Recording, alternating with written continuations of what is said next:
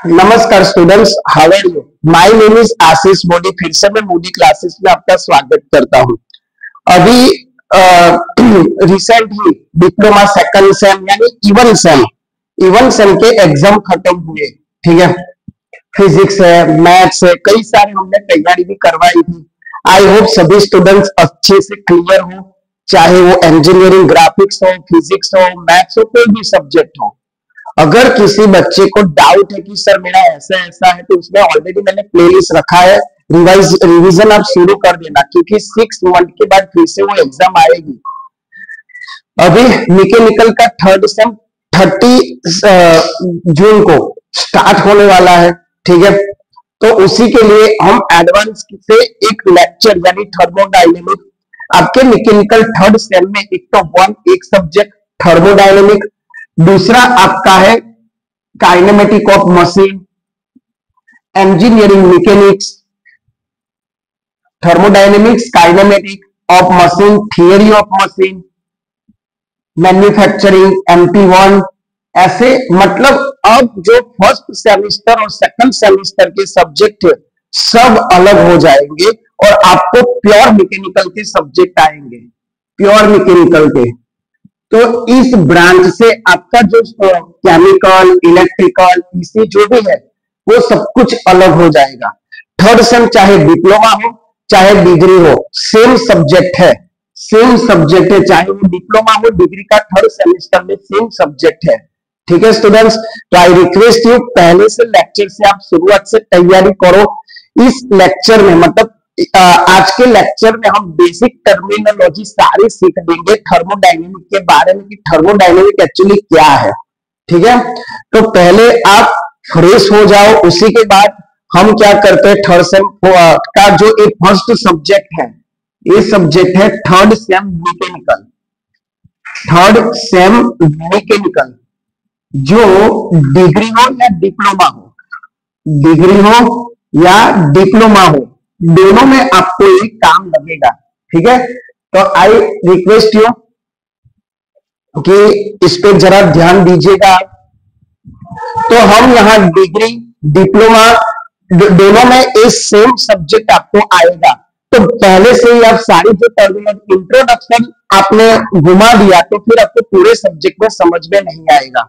तो ठीक है, बजरंग बली का नाम भगवान राम, आप जिसे मानते हो उसी नाम का हम स्टार्टिंग करके इस सब्जेक्ट क्या करते हैं, शुरुआत करते हैं।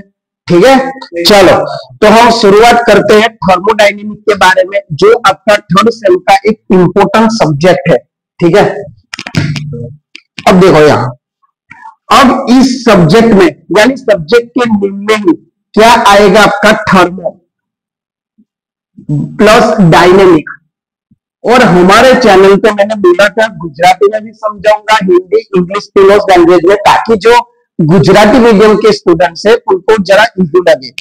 इसको गुजराती में कहते हैं उष्मा गति शास्त्र। गुजराती में शू कहवाय, उष्मा गति शास्त्र, और इंग्लिश में थर्मो प्लस डायनेमिक। ठीक है, अब थर्मो का मतलब क्या होता है, हीट, टेम्परेचर, हीट और टेम्परेचर। ठीक है, थर्मो का मतलब क्या होता है, गर्मी और तापमान। गुजराती में शू कहवाय, गर्मी, उष्मा, आवा बधा शब्द गुजराती में जे तमे चौपड़ी लेशो एमां आवशे। ठीक है, डायनेमिक, डायनेमिक यानी एक जगह से दूसरी जगह जाना, यानी transfer to one place to another place, one place to another place, one place to another place. अब यहां स्टूडेंट ध्यान से देखना है क्या समझाना चाहता हूं। आपका एक सब्जेक्ट हो गया थर्मोडायनेमिक, उसको मैंने क्या किया, सेपरेट किया, थर्मो प्लस डायनेमिक। गुजराती में शू कहवाय छे, उष्मा गति शास्त्र, उष्मा गति शास्त्र। अब थर्मो यानी क्या, हीट एंड टेम्परेचर। मीनिंग क्या होता है थर्मो का, मीनिंग हीट, टेम्परेचर। गुजराती में शू कहवाय, गर्मी, उष्मा, तापमान, ए पण तमे वापरी शको। अब दूसरा चीज है डायनेमिक।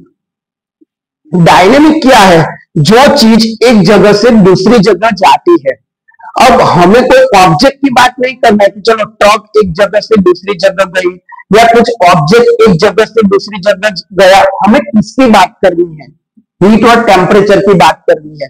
जैसे कि एक सिंपल में बताऊं कि ये आपका ऑब्जेक्ट है, ठीक है, जो हॉट है, और दूसरा ऑब्जेक्ट है आपका कोल्ड है। दूसरा ऑब्जेक्ट आपका क्या है, कोल्ड है। अब क्या होगा, ये दोनों ऑब्जेक्ट में साथ में रखता हूं, ठीक है, क्या होगा, हॉट से कोल्ड ऑटोमेटिक ट्रांसफर होगा। और वही तो चीज है कि ट्रांसफर, बट किसका ट्रांसफर चाहिए, हीट का ट्रांसफर चाहिए, कोई ऑब्जेक्ट का ट्रांसफर या ड्रॉप टेम्पो नहीं चाहिए।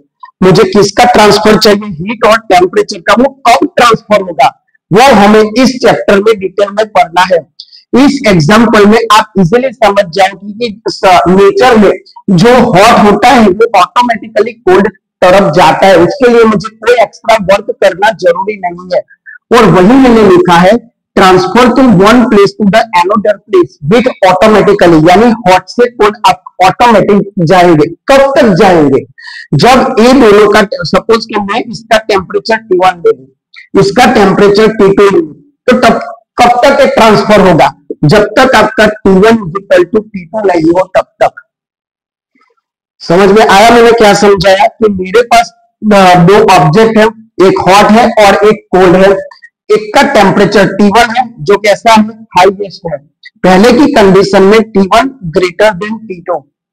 तो नेचर क्या कहता है, नेचर हमारा क्या कहता है कि ऑटोमेटिकली T2 के पास जाएगा, क्यों, उनके पास गर्मी ज्यादा है।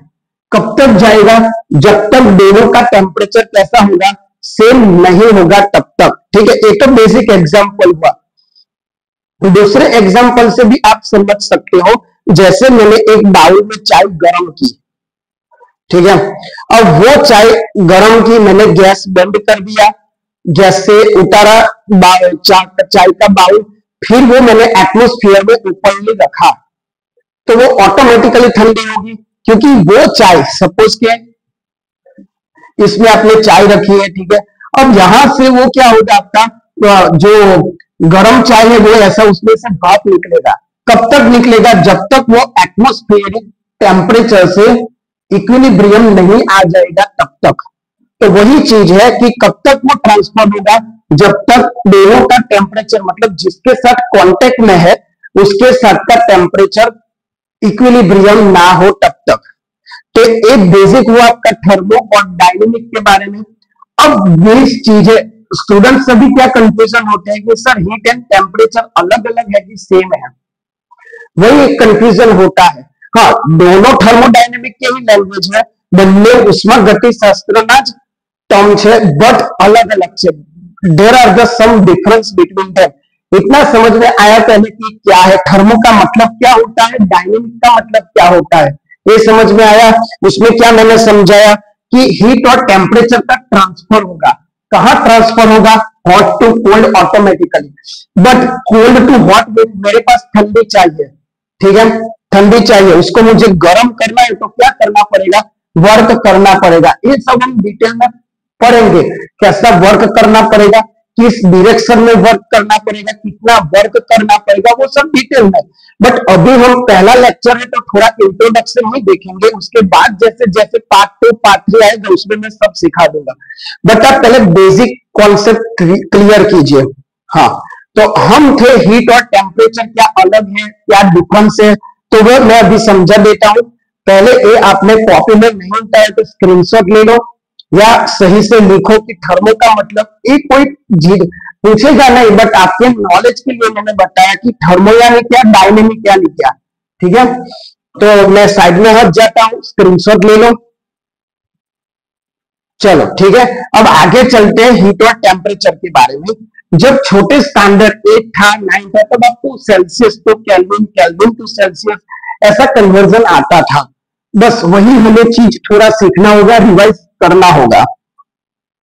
चलो, अब दो चीज है हमारे पास, हीट और टेम्परेचर, ठीक है। मैं डिफरेंस के साथ ही समझा देता हूं, यानी आपको समझ में आ जाएगा कि हीट क्या है और टेम्परेचर क्या है। देखो भाई, टेम्परेचर पहला पॉइंट, अच्छा हीट, हीट क्या है भाई, it is the energy, energy of object,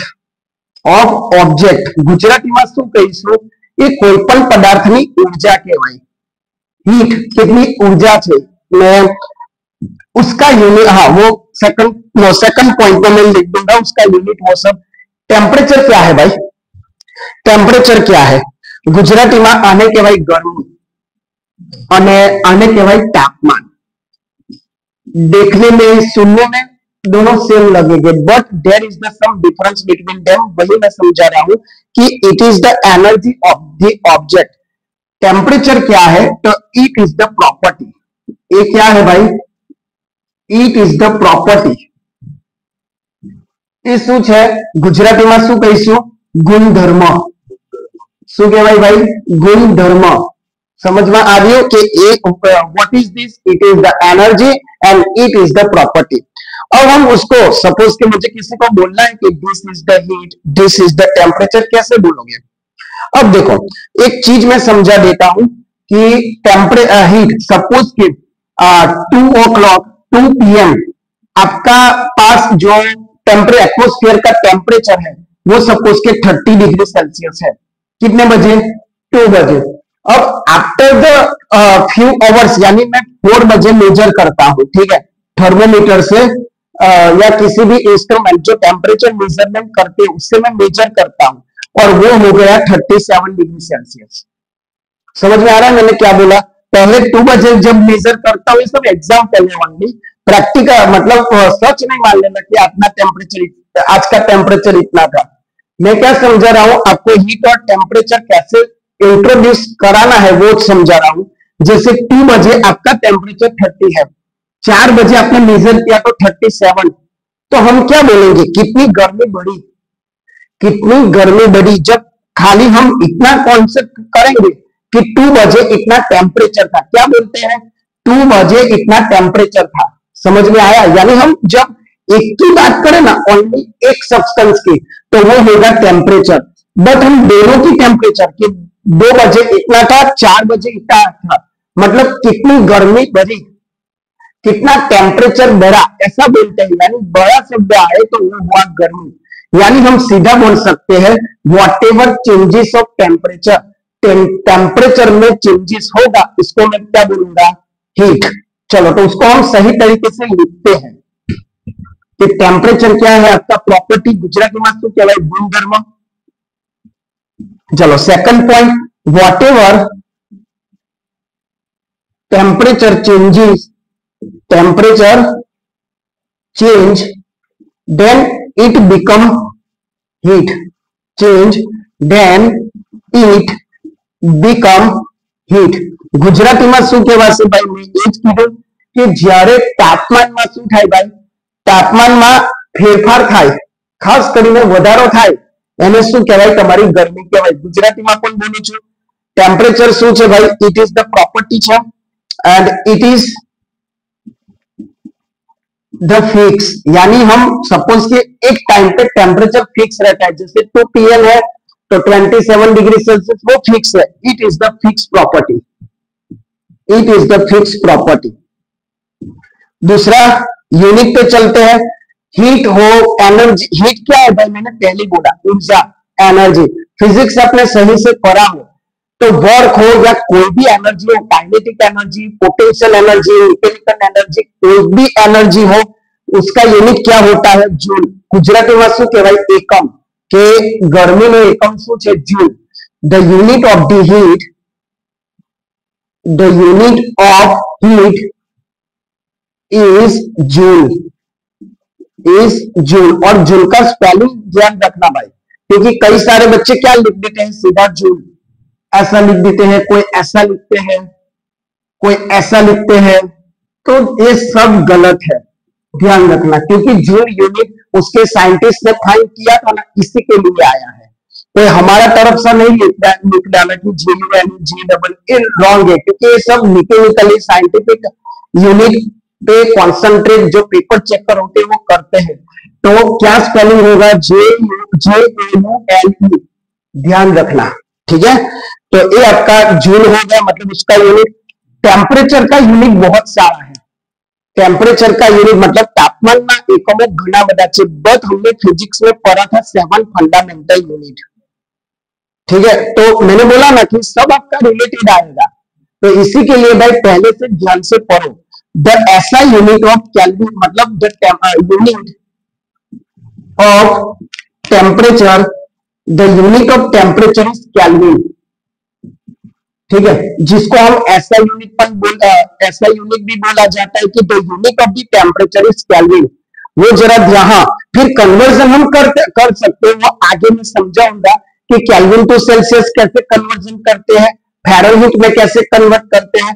तो ये हो गया आपका हीट और टेम्परेचर का बेसिक डिफरेंस। ठीक है, पहले मैंने क्या लिखा कि it is the energy, it is the property. मैंने अभी समझाया कि जो भी चेंजेस होगा टेम्परेचर का उसको मैं क्या बोलूंगा, हीट, और temperature it is the fix property. The unit of the heat is the joule, और उसका ऐसा यूनिट मैंने लिखा है, वैसे तो उसका कई सारा यूनिट है, केल्विन, सेल्सियस, फ़ारेनहीट, पर जो 7 फंडामेंटल यूनिट होता है उसमें क्या होता है, केल्विन। ठीक है दोस्तों, समझ में आया है। तो ये पूरा हुआ आपका हीट एंड टेम्परेचर का बेसिक डिफरेंस। अब हम जाते हैं टेम्परेचर को केल्विन में और फ़ारेनहीट में कब कैसे कन्वर्जन किया जाता है। उससे पहले कॉपी करो, समझो। ठीक है, चलो हम थोड़ा आगे चलते हैं।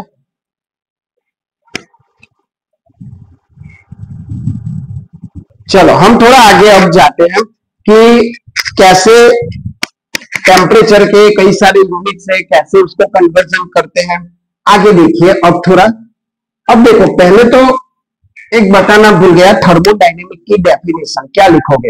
कोई पूछेगा इंटरनल वाइवा में कि व्हाट इज थर्मोडायनेमिक, उष्मागतिशास्त्र पूछ है तो क्या लिखोगे, तो थर्मोडायनेमिक ऐसा ही लिखना भाई, क्योंकि डेफिनेशन बदल दी नहीं जाती है। थर्मोडायनेमिक उष्मागतिशास्त्र, thermodynamic is a branch of, is a branch of, it is the branch of, मतलब थर्मोडायनेमिक क्या है इसका डेफिनेशन है, it is the branch of physics, it is the branch of physics. जब फिजिक्स मैंने चालू किया था उसमें मैंने सिखाया था कि फिजिक्स में 4 ब्रांच होती है।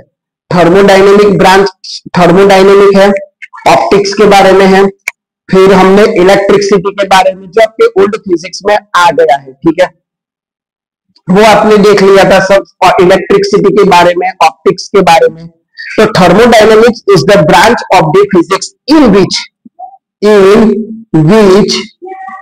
we study about, we study about, we study about concept of, we study about the concept of heat and temperature, heat and temperature। अब ગુજરાતીમાં શું કહેવાશે ભાઈ, જોઈ લો। ઉષ્માગતિશાસ્ત્ર ભૌતિક વિજ્ઞાનની એક એવી શાખા છે, જેમ જેમ બોલું છું તેમ ગુજરાતી મીડિયમ વાળા લખતા જજો। ઉષ્માગતિશાસ્ત્ર ભૌતિક વિજ્ઞાનની એક એવી શાખા છે જેમાં આપણે ગરમી અને તાપમાન વિશે ચર્ચા કરવાની છે। ઉષ્માગતિશાસ્ત્ર ભૌતિક વિજ્ઞાનની એક એવી શાખા છે કે જેમાં આપણે गर्मी और तापमान विषय चर्चा करवानी चाहिए। मतलब उसमें पूरा कॉन्सेप्ट हीट एंड टेम्परेचर के अलावा किसी का भी नहीं आएगा। ठीक है, दूसरी कि thermodynamic is the form of energy, it is a form of energy. अभी हमने सीखा डिफरेंस में, it is the form of energy. दूसरी चीज क्या है भाई, थर्मोडायनेमिक एक, हाँ ये इंपॉर्टेंट है, मैक्रोस्कोपिक ऑब्जर्वेशन। क्या है भाई, मैक्रोस्कोपिक ऑब्जर्वेशन। ठीक है, मैक्रोस्कोपिक। अब फिजिक्स में भी आता है माइक्रोस्कोपिक, माइक्रोस्कोपिक जो मैंने इंट्रोडक्शन ऑफ द फिजिक्स में चला दिया है। मैक्रोस्कोपिक और माइक्रोस्कोपिक में क्या डिफरेंस है, माइक्रो यानी माइक्रो लेवल पे हमें क्या करना है, उसका इंट्रोडक्शन करना है, माइक्रो में जाना है, जो भी एटम है, जो भी मॉलिक्यूल्स, हर एक में। जैसे कि अब यहां समझ लो, ये हमारा ऑब्जेक्ट है, अगर आप थोड़ा जानते हो तो उसमें बहुत सारे एटम रहते हैं, ये सब आ गया है स्टैंडर्ड लाइन में। हमें क्या करना है, मैक्रोस्कोपिक यानी हीट एंड टेम्परेचर मेजरमेंट करना है। यानी हम क्या करेंगे, यहां ही आपका टेम्परेचर गन या कुछ भी ऐसा टेम्परेचर मेजरमेंट करने के लिए क्या करेंगे, इंस्ट्रूमेंट रखेंगे, तो आपका सीधा टेम्परेचर बता देगा सारे ऑब्जेक्ट का। This is the macroscopic. But in microscopic क्या है, आप इसका टेम्परेचर, इसका टेम्परेचर, इसका टेम्परेचर, सबका टेम्परेचर इंडिविजुअली मेजरमेंट करो, इसको मैं बोलूंगा माइक्रोस्कोपिक, जो पॉसिबल नहीं है। समझ में आया? यानी कोई वाइवा में पूछे कि थर्मोडायनेमिक एक कैसा ऑब्जर्वेशन है, तो मैक्रोस्कोपिक ऑब्जर्वेशन है। क्यों माइक्रो नहीं है वो भी मैंने यहां समझा दिया। मैक्रो यानी आप पूरा ऑब्जेक्ट का टेम्परेचर क्या करते हो, मेजरमेंट करते हो, ठीक है। बट जब हम उसको इंडिविजुअली मेजरमेंट करें ना, वो क्या हुआ, आपका माइक्रोस्कोपिक ऑब्जर्वेशन हुआ। ये चीज याद रखना, एक इंपॉर्टेंट चीज है। माइक्रो किसे बोलते हैं, मैक्रो। माइक्रो यानी हम इंडिविजुअली स्टडी करें, और मैक्रो यानी हमने पूरा ऑब्जेक्ट का कर लिया, वो हो गया आपका मैक्रोस्कोपिक। तो थर्मोडायनेमिक एक मैक्रोस्कोपिक ऑब्जर्वेशन है, वो ध्यान रखना, जो हम डायरेक्टली मेजरमेंट कर सकते हैं। समझ में आया ये? तो थोड़ा ये लिख लो और स्क्रीनशॉट ले लो, ठीक है। अब एक चीज याद रखना, थर्मोडायनेमिक में जो मैक्रोस्कोपिक प्रॉपर्टीज है, मैंने अभी बोला कि temperature is the one type of the property. तो हमें किस टाइप की प्रॉपर्टी की स्टडी करना है, प्रेशर के बारे में, प्रेशर के बारे में, वॉल्यूम के बारे में, टेम्परेचर के बारे में, ये सब हमें क्या करना होगा, स्टडी करना होगा। ध्यान रखना जो प्रॉपर्टी है, ठीक है, मास है, जो फंडामेंटल है, सब प्रेशर, वॉल्यूम, टेम्परेचर, मास, जो इंपॉर्टेंट है, जो अपने थर्मोडायनेमिक के रिलेटेड है, वो सभी हमें स्टडी करना है। यानी कि पूरा इंट्रोडक्शन हो गया, थर्मोडायनेमिक क्या है क्या नहीं, वो मैंने सब कुछ आपको बता दिया है, ठीक है। तो वो चीज याद रखना। दूसरा आपका सब्जेक्ट है मैकेनिक्स। तो डिफरेंस भी पूछा जाता है, मैकेनिक्स क्या है, थर्मोडायनेमिक्स क्या है। मैकेनिक्स में मशीन आएगी, जो आप विजुअली देख सकते हो कि हाँ ये मशीन ऐसा चला, बट थर्मोडायनेमिक में नहीं देख पाओगे कि हीट चला, कि टेम्परेचर का फ्लो, वो नहीं देख पाओगे। It is the measured by microscopic observation and measured by instrument of the temperature gun, ठीक है। तो वो जरा ध्यान रख लेना। तो ये है आपका बेसिक थर्मोडायनेमिक। अगले लेक्चर में जो थर्मोडायनेमिक के बेसिक कॉन्सेप्ट है, फर्स्ट लॉ है, सेकंड लॉ है, ठीक है, तो वो हम चर्चा करेंगे। बट उसके पहले एक पूरी तरह से आप क्या करोगे, पूरी तरह से आप लोग ये सीख लोगे। और फिजिक्स का भी जो थर्मोडायनेमिक वाला चैप्टर होता है, जो मैक्रोस्कोपिक माइक्रोस्कोपिक है, मैंने अभी समझाया, तो पूरा कॉन्सेप्ट क्लियर कर देना, तो ही अगले लेक्चर में आपको समझ में आ जाएगा। अगर नहीं आए तो 2-3 बार और लिखो, और बार देखो, तो ही आपको समझ में आएगा। बट पहले से करना, ऐसा नहीं हर बार एग्जाम के 10 दिन पहले आपने बुक्स पकड़ा और कुछ भी समझ में नहीं आया, रट्टा मार लिया, ऐसा मत करना, पहले से अभी से करना, ठीक है। तो ये जरा अपनी कॉपी में लिख के करना। जो लोग गुजराती मीडियम है उनके लिए भी बनाया है, तो वो जरा अपने दोस्तों तक, जिसको कुछ भी नहीं समझ में आता है, तो अपने फ्रेंड्स तक ये लिंक पहुंचाओ और चैनल को आगे बढ़ाओ। तो इसी की तरह ये लेक्चर यहां मैं खत्म करता हूं, और हर बार की तरह आप ऐसा काम करो कि दुनिया करना चाहे आपके जैसा। जय हिंद, जय भारत।